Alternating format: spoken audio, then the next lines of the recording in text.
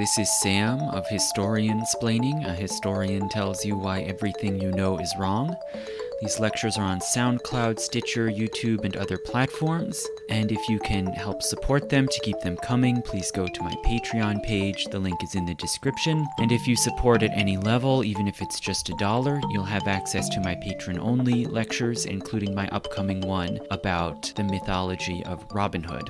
So I left off at the end of September with a lecture about the beginnings of civilization in India, or the general area we now call South Asia. And I said that I would follow up with a discussion of the roots, the foundations of Hinduism, the belief system we today call Hinduism, which arose gradually in stages over basically that same period of time that I talked about last time, from the Vedic age and the Indo-Aryan migrations up through the classical era and the post-classical era after the fall of the Gupta Empire. So, what is Hinduism? If we talk about definitions, as I love to do, what exactly do we mean by Hinduism? That's a fairly new, modern term for a broad collection of beliefs and practices that we today refer to as a religion, or as one of the world religions, alongside Christianity, Islam, Buddhism, etc. But, of course, as I've explained before, that term religion comes out of the context of Christianity, and it's very loaded with expectations and connotations that don't necessarily fit when you apply it in other places. So it can actually be misleading to call it a religion.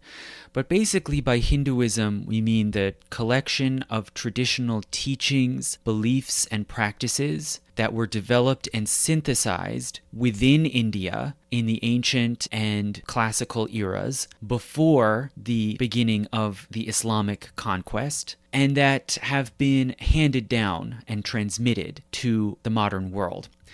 And at root, the word Hindu just means Indian, or pertaining to India, and it comes from the ancient word Hind, which just means India, the land around the Indus Valley. And so if we stick an ism on it, it can sound like we're talking about some singular, well-bounded thing, like a creedal faith, like you see with Christianity or Islam. But that's not what it is fundamentally. Hinduism really just means the things that people in India traditionally do. And it's an evolving tradition, as I said, synthesized over time in conversation with other belief systems like Buddhism, Jainism, and then later also Islam. And if you want to understand Hinduism, there are a lot of parallels to the concept of Judaism, which I discussed in an earlier lecture about Judaism, what is it and where does it come from. And as I argued there, Judaism comes from the Greek Judaismos, which originally just means doing things that Jews do, or you could say Jewing. And basically, you can understand the word today to just mean the beliefs and practices of the Jewish people. And likewise, Hinduism is something similar, but pertaining to the traditions stemming from the ancient civilization of India. And Hinduism does not have a core doctrinal creed. There's no equivalent to, say, the Nicene Creed or the Shahada in Islam. It has no closed canon, so there's no distinct set of texts that are considered authoritative and sacred to the exclusion of others. Rather, Hinduism has a layered collection of different texts of various kinds, with various different sorts of sanctity and authority, and different degrees of sanctity and authority. And Hinduism does not pertain exclusively to gods or the afterlife or these sorts of things that we tend to think of as definitive of religion. Rather, Hinduism is a comprehensive and open-ended philosophy of life and human conduct, which was developed alongside and in contradistinction to Buddhism, which has a more simplified ethical code, centering on the Four Noble Truths and the Eightfold Path, and so on. So, in a way, you could say Hinduism, although it deals with the sorts of questions of metaphysics, the soul, eternal life that we associate with religion, it is, in another sense, kind of the opposite of religion. It is not a set of doctrines that one must ascribe to. So this sort of complex, layered, open-ended belief system has a number of layers to it that one can attach to and trace back to the different eras of its development within India. So just to explain what some of these layers are, and this will be a lot easier to follow if you heard my previous lecture about the development of India through this age, there is a possible prehistoric layer of certain core ideas, practices, deities that may stem from the Indus Valley civilization or other prehistoric societies around South Asia. But their contribution into Hinduism is uncertain. It's a matter of speculation, but it probably was something. Then there's the very important and fundamental Vedic layer, which is a set of worship practices and ethical codes that were brought into India by the early Indo-Aryan migrants from Central Asia over the course of the second millennium BCE, after the breakdown of the Indus Valley civilization. And these ideas and practices and codes have been transmitted through tradition, and very importantly through a series of scriptures called the Vedas, which began as collections of hymns, ritual texts, and commentaries on rituals, written down, collected, and edited between about 1200 BC and 500 BC, at a time when the Indo-Aryan people were generally shepherds and animal herding peoples who slowly began to take up farming and settled life, and then also writing over the course of the Vedic era. There's then the classical layer, dating from the classical age, the time of cities, large states, and empires, which lasted from about 500 BC to 500 AD, similar to what we call the classical era in Europe and the Mediterranean. And in the classical age, there was an early process of consolidation, composition of texts in a new form of Sanskrit called classical Sanskrit, which became the language of literature and learning all throughout most of India. And there was the emergence of monumental temple building and other art forms. And there also in the classical age was the formation of heterodox philosophies, which generally were called Shramana, which were schools of thought that dealt more with the soul and spiritual enlightenment, that de-emphasized the rituals and the hymns of the Vedas. And some of these Shramanas, particularly Buddhism and Jainism, really succeeded, took off, and became their own alternative belief systems alongside this Vedic form of Hinduism. And you may remember the Maurya Emperor Ashoka adopted Buddhism and made it the state religion of the Maurya Empire, the first extensive empire to rule over most of India. And so under Ashoka and the later Maurya emperors, the empire tended to suppress the study of the Vedas, Vedic rituals, and the worship of Vedic gods, and more turned society in the direction of Buddhism, and there also was a growth of Jainism. But in this situation, certain people lost out.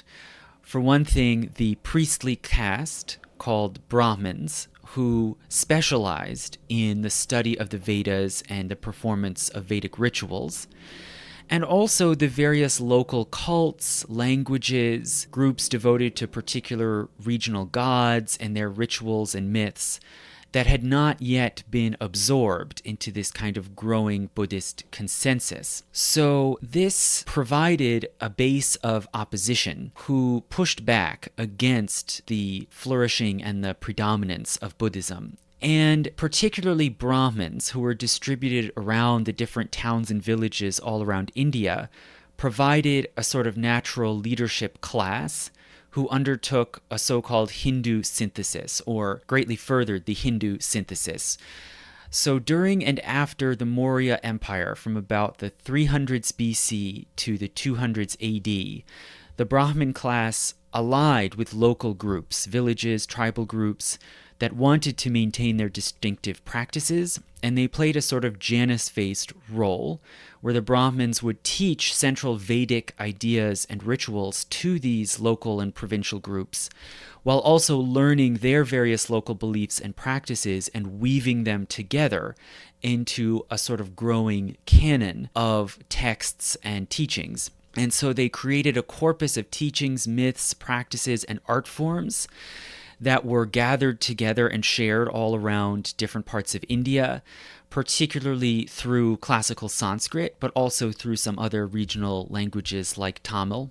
And so this sort of Hindu synthesis was already well underway when there was the emergence of a new empire under the Gupta dynasty. So when the Guptas come to power, they then readopt these traditional practices, study of the Vedas, worship of Vedic gods and other Indian gods that have been adopted into the Hindu synthesis. And the Gupta regime patronizes Brahmin teachers and sages, patronizes temples, ashrams, or sort of spiritual retreats, and art forms that promote this new Hindu belief system. And these spiritual teachers in the Gupta age tried to peaceably compete with, and win over devotees from Buddhism and Jainism. And in doing so, they often emphasized the spirituality and the spiritual dimension of these Hindu teachings. And one very important example of this is the great Gupta court poet called Kalidasa, who took for himself a name, Kalidasa, meaning servant of the goddess Kali, and who acted as a spokesperson of a sort of new spiritualized devotion to the traditional Indian gods, which could coexist with and compete effectively with Buddhism. So all of these developments had happened then by the time the Gupta Empire fell apart in the 400s AD. And this leads into the immediate post-classical period after the breakup of that empire, when you have political fragmentation, but continuing religious ferment and exchange. And so there was a sort of continuing spiritual and philosophical unity and development, which outlasted the political unity of the empire. And these post-classical teachers and sages continue to emphasize internal spirituality, metaphysics, and the search for enlightenment. And this was also a period of flourishing, in particular, of a school of philosophy called Vedanta, which had existed for hundreds of years previously, has very deep roots, probably going back to the Vedic age, but which reached a new height and a new flowering in the post-classical period, particularly led by the teacher Adi Shankara in the 700s. And Adi Shankara was in particular a promoter of the Advaita, or non-division, school of Vedanta. But I'll explain more of that later, of what that means. We'll leave that for the moment. And he reportedly founded a series of ashrams all around the four corners of India, north, south, east, and west, to promote Advaita Vedanta. And this spurred on then further the efflorescence of ashrams as a new kind of center of spiritual teaching and learning. And this same period in the 700s and 800s also saw the early beginnings of a movement called Bhakti, which is a spiritual worship movement. The word Bhakti means something like attachment, and it advocates a sort of mystical union of the worshiper with a deity. And so in a lot of ways, the spirit of Bhakti was similar to Vedanta, but it was more popular. It was not so limited to an intellectual elite. And it put forward a style of mystical and musical worship that began first in the south, in southern India, in the 700s, and then gradually grew and infiltrated northward over the next few hundred years. So with the addition of Vedanta and Bhakti, the basic contours of Hinduism as we know it today, with its multiple layers of texts, ethical teachings, deities, rituals, and sort of spiritual metaphysics, the full body of what we think of today as Hinduism was already then in place by the post-classical period. So, with those layers of history in mind, let's look at the basic scriptures and texts of Hinduism, the deities that are worshipped or revered by Hindus, the basic ethics of Hinduism, how one lives a life according to Hindu teachings, and the metaphysics of Hinduism. So, as for the texts or scriptures, as I said, Hinduism does not have a closed canon. Rather, it has an accumulation of sacred texts addressing different aspects of life. There is a basic division in the Hindu scriptures between what are called Shruti and Smriti. So the Shruti means that which is heard, and it can be taken to mean scriptures that are divinely revealed or that are received. And these mainly include the Vedas and commentaries that are attached to the Vedas. Then there are the Smriti, which means that which is remembered, and these are traditional texts that have been penned and passed down through time. So to begin then with the Vedas, which make up most of what we consider the Shruti. The Vedas, as I said, were originally composed as oral hymns and ritual guides that were then gradually collected and edited into books in the Vedic era. There are 4 Vedas. The oldest one is the Rig Veda, which seems to have been compiled and taken on basically its present form by 1200 BC. And then following it are the Yajur Veda, Sama Veda, and Atharva Veda. And each of these Vedas contains a variety of different materials, sort of in interaction with each other. So there are 4 basic kinds of texts that you find in each of the Vedas. Firstly, there are Samhitas, which are mantras and blessings that might in some way invoke the favor or protection of a god. Then there are Aranyakas, which are texts about offerings and other rituals, particularly sacrifices. Then there are the Brahmanas, which are explications of the spiritual meanings of those rituals. And they often put forward sort of early basic metaphysical theories that emphasize the transcendence of divinity or the divine principle, which is called Brahman.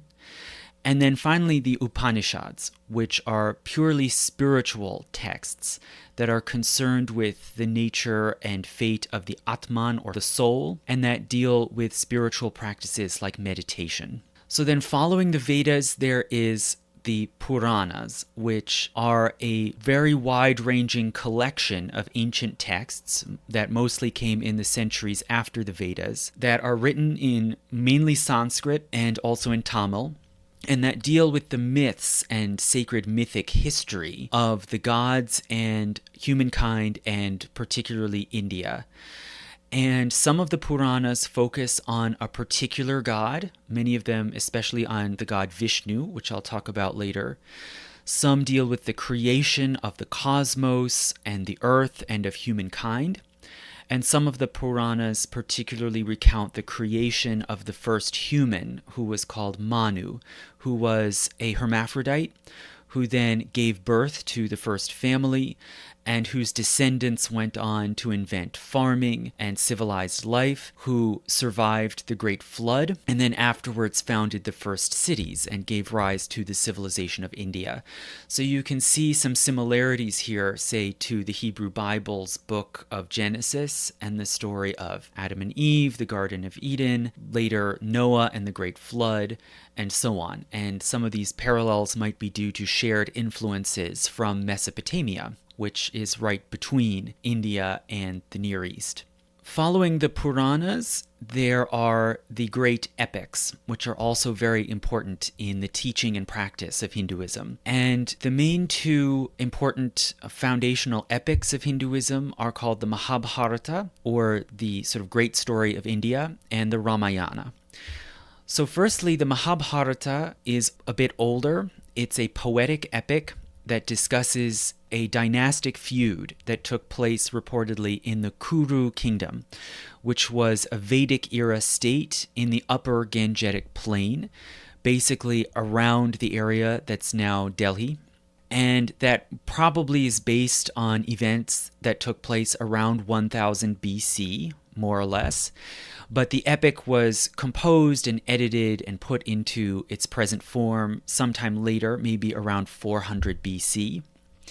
The Mahabharata is the longest poem in the world. It contains about 200,000 lines of verse. So it's a massive object of learning and study that probably, again, began as an oral poetic tradition before it was woven together into a text.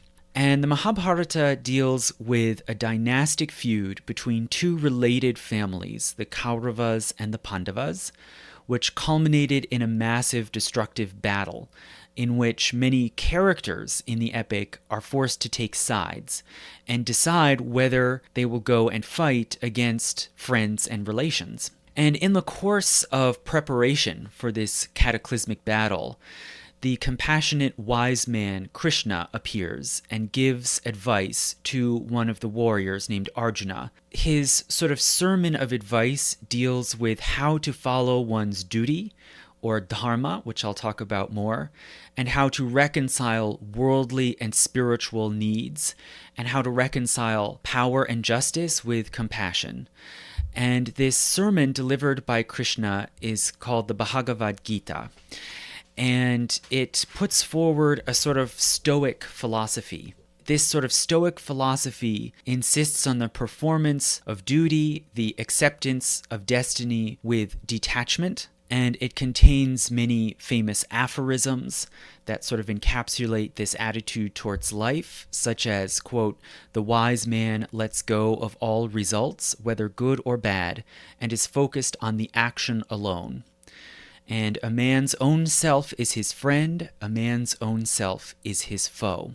So it's basically internal self-understanding and self-discipline that determines the quality of your life.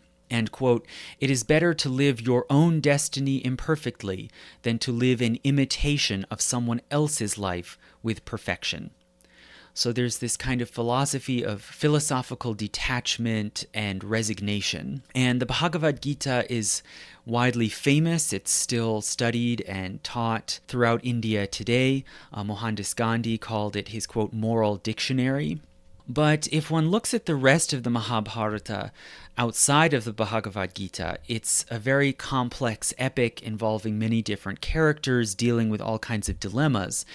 And arguably the main central character is a heroic woman named Draupadi, who is married to the 5 Pandava brothers. So this is one of the clans involved in this feud. And Draupadi is married to all 5 of these brothers because it seems that in some societies at this time it was normal and customary for a woman. A woman could marry multiple husbands if they were all related in the same family. And she acts as kind of a leader of the Pandava camp. They win the war, but nonetheless, the general slide into chaos continues. It is a very tragic epic. And ultimately, the Pandavas and Draupadi resign, they abdicate their power, and they climb the Himalayan mountains in order to ascend into heaven. So it ends with this sort of renunciation of worldly power for the heavenly. And Draupadi in particular serves as a kind of archetype of female loyalty and constancy. Meanwhile, the other major epic, the Ramayana, focuses on a male hero named Rama. And it was composed a little later, maybe in the 400s BC. It's also very long, but shorter than the Mahabharata. And it deals with Rama, who is a dispossessed prince living in exile in the forest, together with his brother Lakshman and his wife Sita. And each of these characters is celebrated for their different virtues and their courage. But Sita is kidnapped by an evil ruler, and Ram and Lakshman must gather allies to go and rescue her, particularly using the talent of archery. And along the way, they ally with an exiled monkey king named Hanuman, who also becomes a major hero and revered figure from the Ramayana. They ultimately prevail, and they take the throne for Rama and reign over a splendorous golden age. So whereas the Mahabharata is very tragic and deals with social breakdown, the Ramayana describes success and the establishment of peace. And you may notice that the Ramayana has some very strange parallels to the Robin Hood legend as we know it today, which also centers on a dispossessed hero living in the forest with his band of brothers and his female consort, who then is kidnapped and must be saved from an evil power, and even goes down to the details that Robin Hood is a great archer. And you can see Robin Hood's support for Richard the Lionheart against his usurper brother, Prince John, is parallel to the figure of Hanuman, the dispossessed king who also is restored to the throne in the Ramayana. So there are all these sort of odd parallels, but I'll probably discuss that later when I do a patron-only podcast on the Robin Hood mythos. Beyond the Vedas, the Puranas, and the great epics, there is then a series of different sutras and shastras dealing with different aspects of life. The sutras and shastras are sort of collections of wise teachings, principles, adages. Sutras, that word originally means thread, and it usually refers to short poetic statements, aphoristic statements that are passed down orally, often memorized in verse, before they are collected into books. Whereas shastras are usually more developed treatises, written more often in prose, and that sometimes build off of and develop ideas from the sutras. So there are sutras and shastras dealing with various topics, but they are understood to follow a kind of underlying structure. So there's a certain philosophy that is rooted originally in the Vedas that then is further developed in the sutras and shastras, which says that people are driven by three basic aims or objects, also called purusharthas. So purusha, you might remember, is a name for sort of the primal or cosmic man, and artha means goal or object of action. So there are three purusharthas, or sort of goals of human life, namely dharma, artha, and kama. So dharma means duty or morality, so it deals with the sort of correct ethical action in life based partly on one's specific social role and also on general ethical principles. Then there is artha, which is worldly ambition or success, things like political power, economic prosperity. And then thirdly, kama, sensuality. And there are different sacred scriptures that deal with each of these three main guiding pursuits. So as for Dharma, there are firstly the Dharma Sutras, which are collections of poetic aphorisms written at different times in the first millennium BC, probably mostly between about 600 and 100 BC, and that deal with personal conduct, treatment of animals, proper diet, sex and sexuality, family law and family relationships, and the divisions of society into different classes and castes, and just war. And then these were further developed and elaborated in the Dharma Shastras, which were written much later in about the 2nd to 7th century CE, and that deal with law, particularly the administration of justice, punishments, and penances. Then pertaining to artha, or worldly ambitions, there is the Artha Shastra, which is a long collected treatise on war, military affairs, governance, and politics. And this book has been compared to the works of Machiavelli, like The Prince and the Discourses, which of course came centuries later. And the Arthashastra is traditionally attributed to Chanakya, who was the statesman that orchestrated the rise of the Maurya Empire. He sort of acted as a mentor and you could say a kind of grand vizier to Chandragupta Maurya, who founded the Maurya dynasty. But really, in truth, the authorship and editorship of the Arthashastra is uncertain, and different parts were probably written between about the 2nd century BC and the 3rd century CE, and the book was lost in later centuries. It fell into obscurity and was completely dropped out of the Indian canon until it was rediscovered in the early 1900s and published for the first time in 1909. And then thirdly, as for Kama, you can probably guess, there is the Kama Sutra, which is a guidebook on romantic love, sex, and sensuality. It's more far-reaching than just, sexual positions. And it's a mixture of prose and poetry. There probably were poetic aphorisms first that were then integrated together with a sort of scaffolding of prose. And it was collected and edited probably in the 3rd century CE, so around the same time that the Arthashastra was finalized. Then beyond those main important books dealing with Dharma, Artha, and Kama, there are various other Shastras that deal with different topics or that put forward particular theories and schools of thought. So there are Shastras dealing with the 6 traditional schools of Hindu philosophy called Samkhya, Yoga, Nyaya, Vaisheshika, Mimamsa, and Vedanta. And out of those, we don't have to get into all of them, but you probably have heard of yoga, a bodily spiritual practice. And I've also mentioned already Vedanta, which grew to become very important. And then there are other Shastras dealing with fields of knowledge like medicine, chemistry, architecture, various art forms. And there are the mystical tantras, which fall into this sort of basic body of work, which deal with specific mystical spiritual disciplines and that were mostly written in the post-classical period. So out of that massive corpus of works, some of those texts deal specifically with the worship of particular gods. So Hinduism has a very complex pantheon with different gods and deities of various origins and differing levels of importance. Different groups within Indian civilization sometimes focus more on particular gods or particular forms of gods. There's sometimes disagreement over which god is supreme, whether any god is supreme over the others. And it is sometimes argued, especially in Vedanta, but other schools of thought, that all the gods in some way represent a single transcendent divine essence, or Brahman. So there are different ways of understanding and approaching the gods.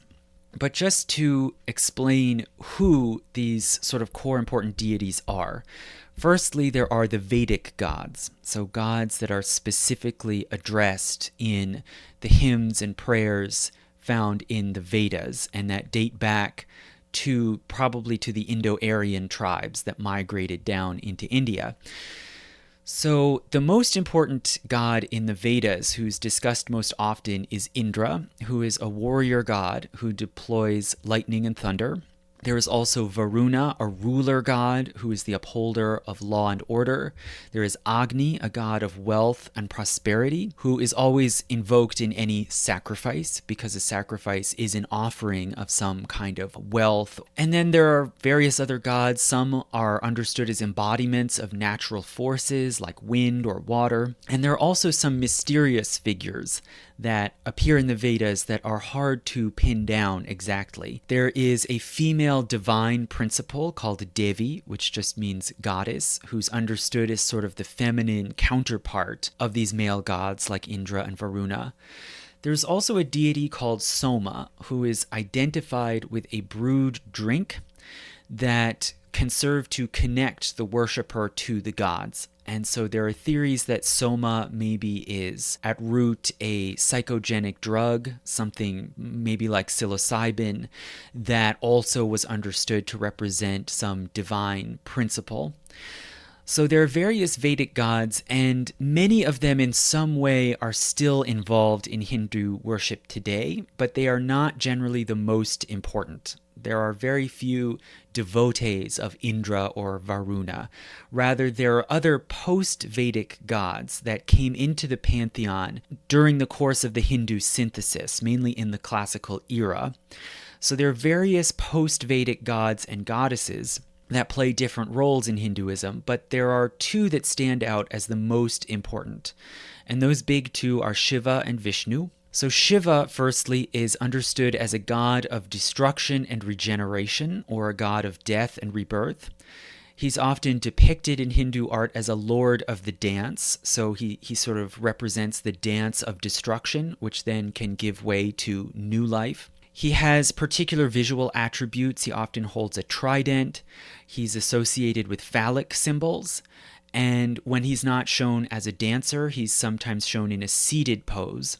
And the origins of Shiva are uncertain, but he may have roots in the Indus Valley civilization, or maybe in the broader Dravidian society that might have been connected to the Indus Valley civilization before the arrival of the Indo-Aryans. There is actually one single Indus Valley seal. Most Indus Valley seals show pictographic characters and figures like animals, like cattle, but there is one that shows a seated horned male figure with a phallic symbol, and so it's thought that this might represent a deity that is the progenitor of Shiva.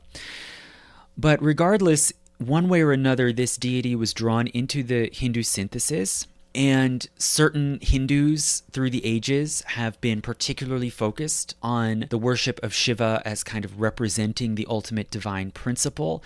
For instance, the poet Kalidasa that I mentioned before was a Shaivite, which is a word for a devotee of Shiva. Shiva is often a focus for ascetics, people who renounce the world, who live hermit lifestyle or a lifestyle of renunciation, fasting, who give up worldly goods and comforts.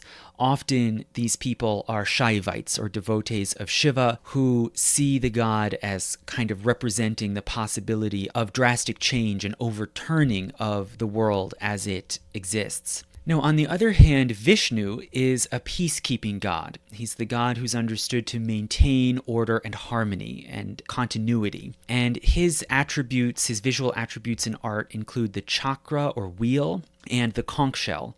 And these symbols represent eternity and continuity. The chakra is circular, the conch shell is a spiral that turns ever outward around the same center. And likewise, the origins of Vishnu are unclear, but he does appear as a figure in the Mahabharata and in the Puranas. And so he clearly has very early roots. And in those texts, Vishnu is said to be essentially free or transcendent. And they even say things to the effect that anything that is free of the bounds of time or life, anything that is eternal, is Vishnu. And Vishnu is a focus of devotion more for householders. So people who are trying to maintain a healthy, prosperous life and continuity in the home or the family might be more focused on Vishnu as opposed to Shiva, and they are called Vaishnavites. So you have these sometimes competing trends or patterns in Hinduism between Shaiva, the focus, the veneration of Shiva, and Vaishnava on Vishnu. And Vishnu also takes on many different forms and personas. And for instance, it's traditionally understood that Krishna, the wise teacher in the Mahabharata, and Rama, the hero of the Ramayana, are forms or appearances of Vishnu. So they can be called, in this sense, avatars of Vishnu. So this concept of avatar, it has very early roots, but it was particularly used extensively during the process of Hindu synthesis when Buddhism was ascendant and the Brahmin class and other teachers and sages were trying to sort of synthesize and put forward a new form of Hinduism as against Buddhism. And this was a very useful concept because, as I said, there were different groups all around India that had their own particular local gods or spirits or particular heroes in their stories. And when these different ideas were being brought together and synthesized, one could say that some local god or hero was, in fact, an avatar of a god like Vishnu that was known all throughout India. So in this way, it made it possible to build a synthesized canon of stories about a central pantheon of gods. So customarily, Hindus believe that all of these various gods are real and valid in their different ways, but they might be, as I said, more devoted to one or another, and to even argue that one particular god is the supreme or highest god, and so there is sometimes friction, particularly between Vaishnavites and Shaivites. So it's not as if, all Hindus believe the same thing or practice in the same way. Now, some people may have heard of a particular concept that has very deep roots in Hinduism, but that has particularly been promoted and popularized in recent years. And that's the notion of the Trimurti, or triumvirate of three main gods. So that's the notion that the most important gods of Hinduism are Brahma, the creator god, who created the cosmos and the earth. then Vishnu the maintainer, then Shiva the destroyer. And some have even formed this idea into an acronym. They say that these three gods represent generation, operation, and destruction, and hence they form the acronym God. Now, it is true that this idea of a Trimurti, of these three principal gods forming a kind of cycle, that does go back into the Puranas, but it's not really a central idea to most Hindus, and it's been really kind of exaggerated how much it can sum up Hindu mythology or metaphysics. And in particular, Brahma is a comparatively minor god, and devotion to Brahma is comparatively very rare. There is only one large temple devoted to Brahma in all of India, and he's usually understood as a secondary deity. For instance, in the Puranas, those texts say that Brahma was actually created by Vishnu, and so he is derivative of another god. So this notion, although it's popularly circulated, especially in the West, it can be seen as an idea that's kind of been plucked out and promoted to make Hinduism look more similar to Christianity and the Trinity. You know, the word Trimurti even sounds reminiscent of Trinity. But really, overwhelmingly, the main focal points of worship for most Hindus are Shiva and Vishnu. Meanwhile, of course, aside from those, there are various other deities that were brought into the pantheon in the classical age. So there are various female goddesses, such as Parvati, Lakshmi, and Kali, who are all seen in some way as partaking in the essence of Devi, the transcendent goddess, but who have been differentiated into personas. So whereas when one looks in the Vedas, one sees references to Devi, this sort of single, transcendent, impersonal, feminine principle, in the Hindu synthesis, you see particular embodied goddesses. And some of these are actually seen as female consorts to male gods. For instance, Lakshmi, the goddess of wealth and prosperity, is understood as the wife of Vishnu, and Parvati is the consort of Shiva. But the metaphysics of these marriages, of course, are complicated. You can see them as kind of man and wife, or alternatively, in a more mystical way, as sort of male and female aspects of the same divine figure.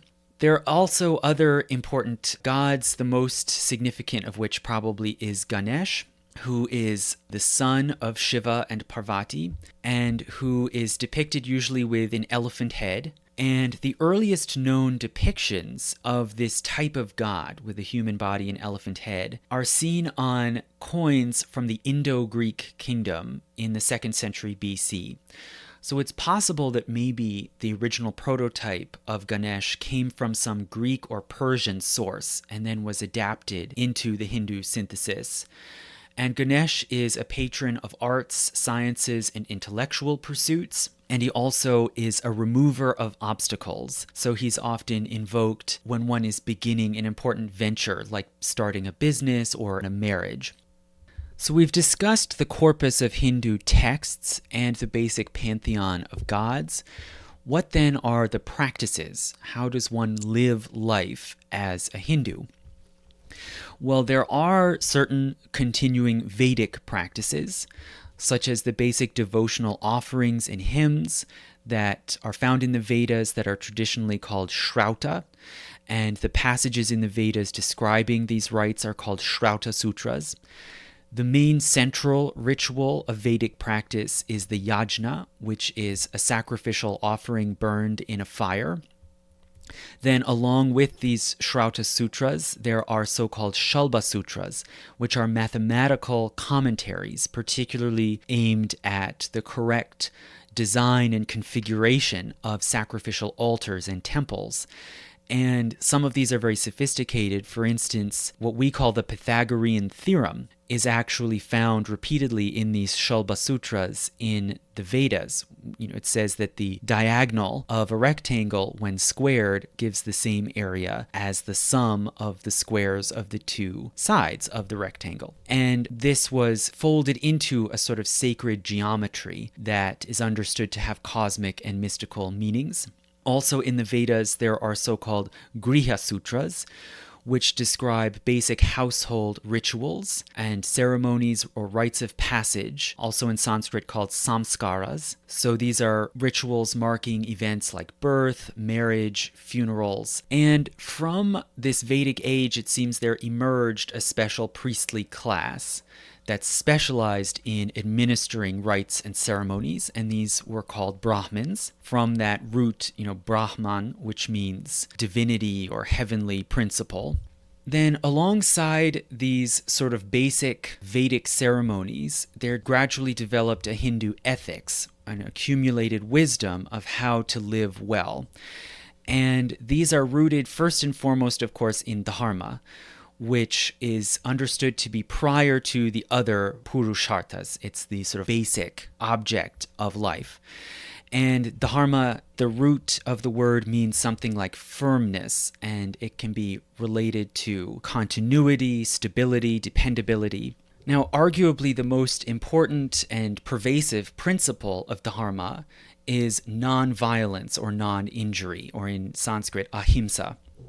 And references to this ideal of ahimsa appear in the Vedas. They then grow, and this principle becomes more emphasized as the Vedas go on. It's an important theme in the Yajur Veda, and it's developed further in the Upanishads, the sort of spiritual commentaries and disquisitions that are woven into the Vedas. And arguably, ahimsa is really enshrined as central in the Mahabharata. And there's a passage in the Mahabharata that says, quote, "Ahimsa is the highest dharma. Ahimsa is the highest self-control. Ahimsa is the greatest gift. Ahimsa is the best practice. Ahimsa is the highest sacrifice."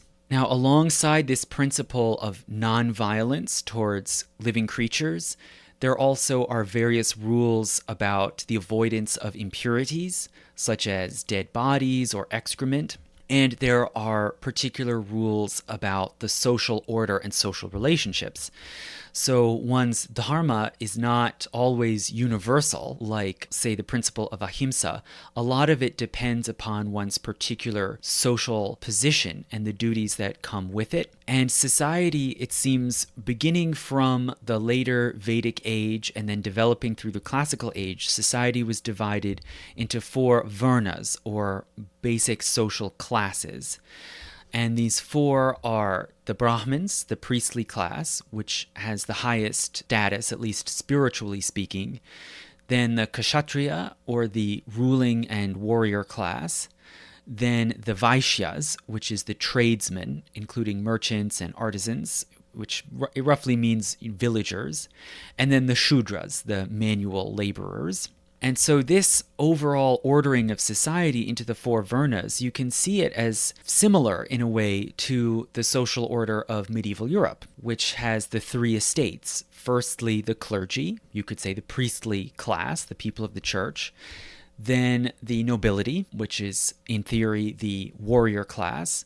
And then the commoners, the people who labor. So there's quite a parallel there, but you may notice that the Hindu system has 4 classes, not just 3, because it makes a distinction between tradesmen and manual laborers. So whereas the Europeans said, well, everyone who's not noble or a member of the clergy is a commoner, Hinduism makes a distinction between Vaishya and Shudra, and I would theorize that that may be why this Hindu social order has endured longer and has greater stability, because it acknowledges that difference in roles and interests between what in Europe came to be called the bourgeoisie and the poor.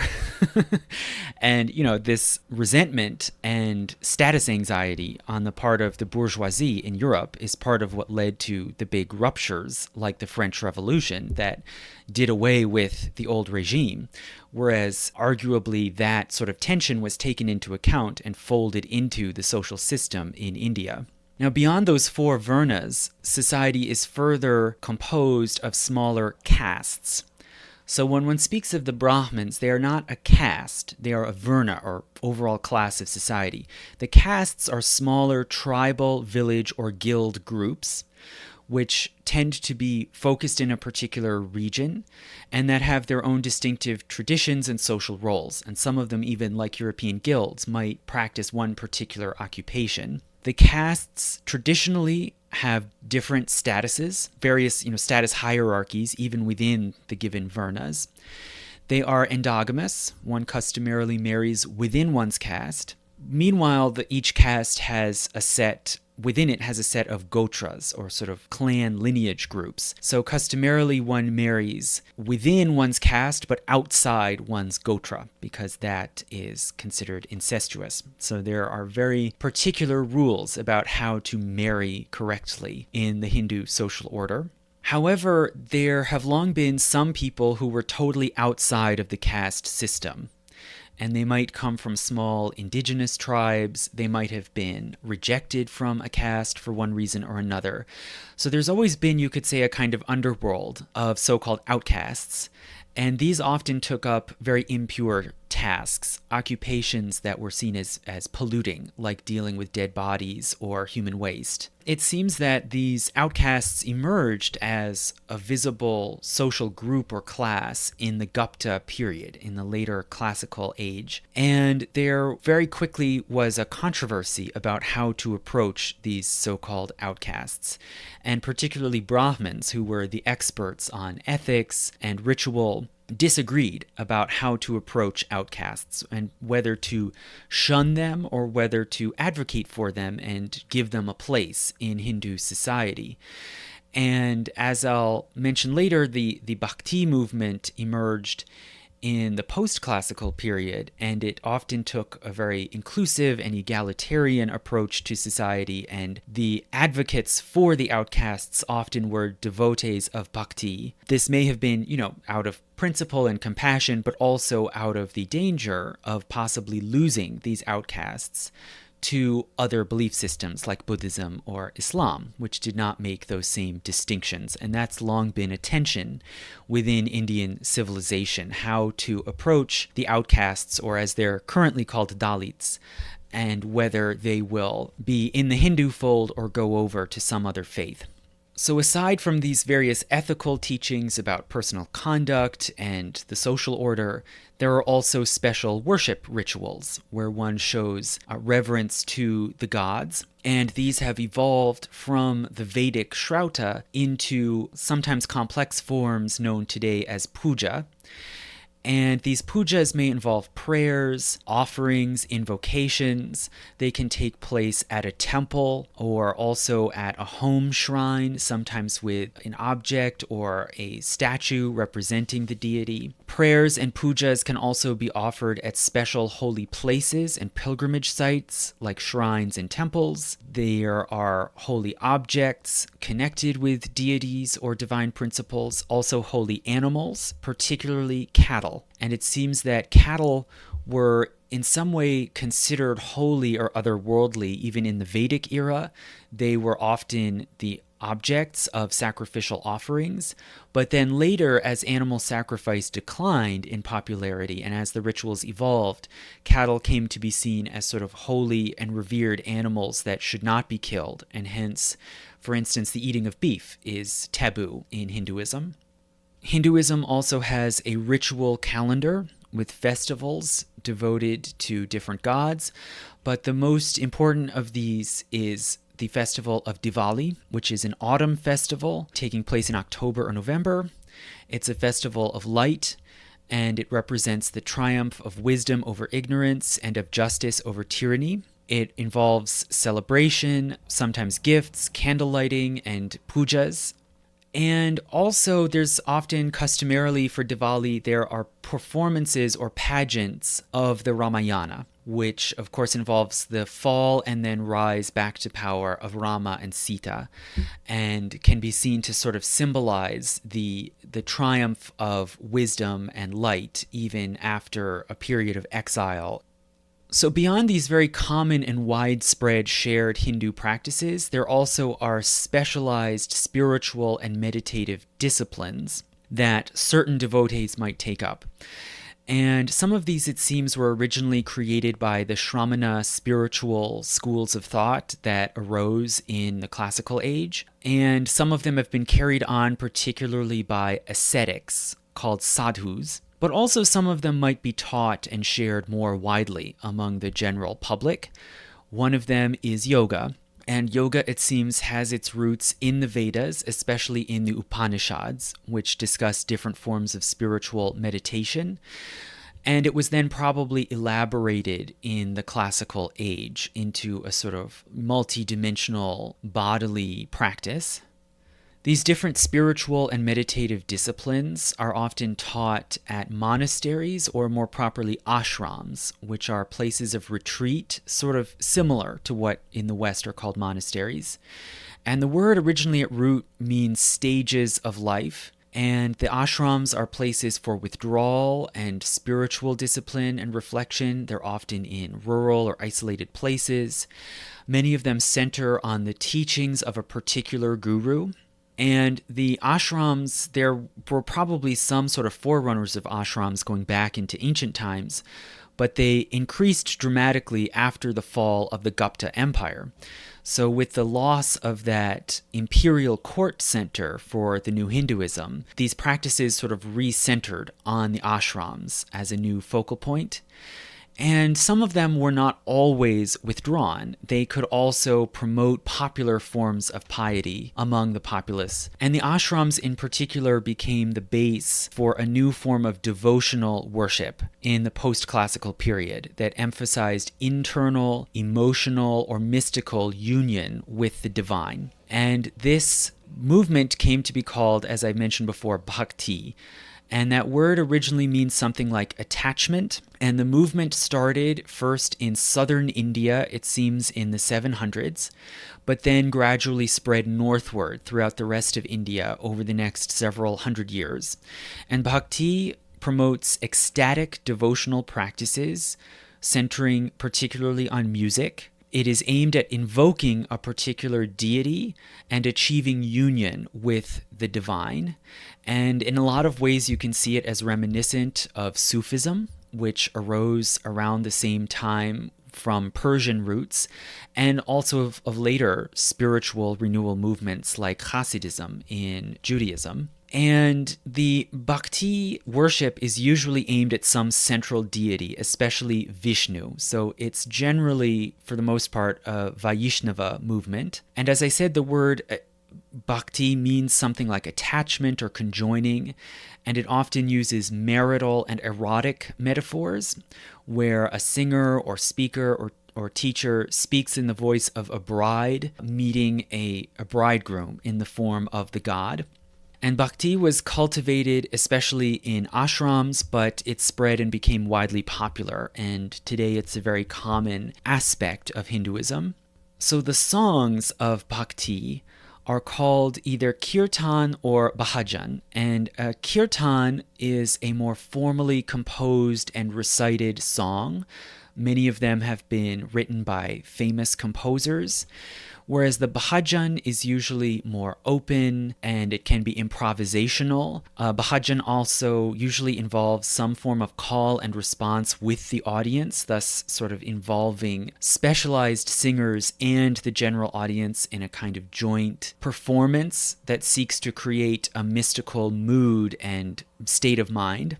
So for an example, I'm going to play a recording of a bhajan called Radhe Govinda, which is very common, popular bhajan. And the phrase that you hear repeated, Radhe Govinda, it has two words. The first word, Radhe, means goddess, and it's in the locative form, meaning it's addressing or invoking a goddess who's commonly just called Radha, and who is understood to be a milkmaid who was the consort of Krishna. So remember that the wise man and musician who appears in the Mahabharata. And then the second word, Govinda, is a title of Krishna, which means Lord of the Cattle.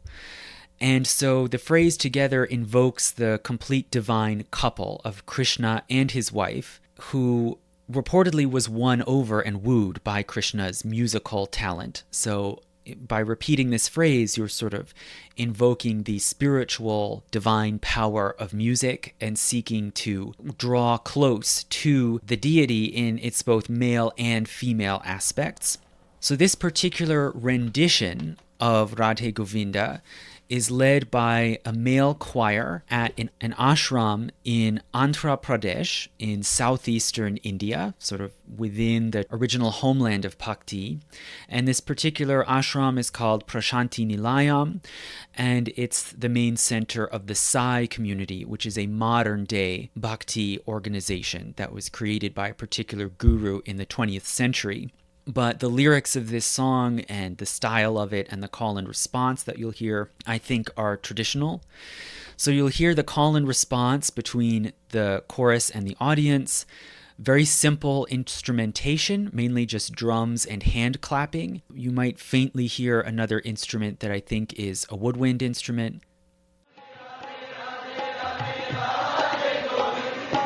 Radhe Radhe Radhe Radhe Radhe Govinda Vrindavana Chanda Vrindavana Chanda Anath Nath Dina Bandho Radhe Govinda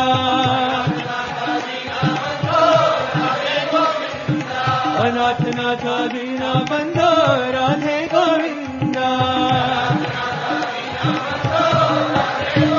Nanda Kumara Namarita Chora Radhe Govinda Nanda Kumara Radhe Govinda Namarita Chora Radhe Govinda Anath Nath Dina Bandho Radhe Govinda Anath Nath Dina Bandho Radhe Govinda Radhe Radhe Radhe Radhe Radhe Govinda Vrindavana Chanda Anath Nath Dina Bandho Radhe Govinda Nanda Kumara Namanita Chora Radhe Govinda Nanda Kumara Radhe Govinda Namanita Chora Radhe Govinda Anath Nath Dina Bandho Radhe Govinda Anath Nath Dina Bandho Radhe Govinda. So bhakti, as I said, forms an important popular part of Hindu worship and practice, but there is also a metaphysical philosophy that has been developed within the Hindu tradition that seeks to sort of explain the different aspects of Hinduism and the underlying kind of cosmic reality. So this metaphysical dimension can be seen in the Vedas, especially in the Upanishads, and it was then greatly developed and expanded in the classical and post-classical periods. And in different ways, this Hindu metaphysics could borrow from Buddhism and Jainism and other sort of metaphysical philosophies while also developing its own counterpoints and with those alternative schools of thought. And Hindu metaphysics center particularly on the concepts of Brahman and Atman. So Brahman is the transcendent divine principle, and the study and teaching about Brahman is sometimes called Brahmanism. And so Brahmanism arose partly as a competitor to Buddhism in the classical age. And then Atman is the individual soul, the soul of the human, the worshipper. And a lot of Hindu metaphysics is examining and debating the relationship between the Brahman and the Atman. So I mentioned already, of course, Vedanta, which is a stream of Hindu philosophy that is particularly focused on this question, on the metaphysical questions of the relations between Brahman and Atman. And the name Vedanta at root just means extension or study of the Vedas, but it seeks to sort of push the spiritual and metaphysical speculation as far as they can go and to sort of seek, you could say, philosophical answers and enlightenment. But Vedanta, it's not a unified singular school. There are different schools of thought within Vedanta that traditionally debate and contend with one another. So firstly, there is Dvaita Vedanta, which means duality or division.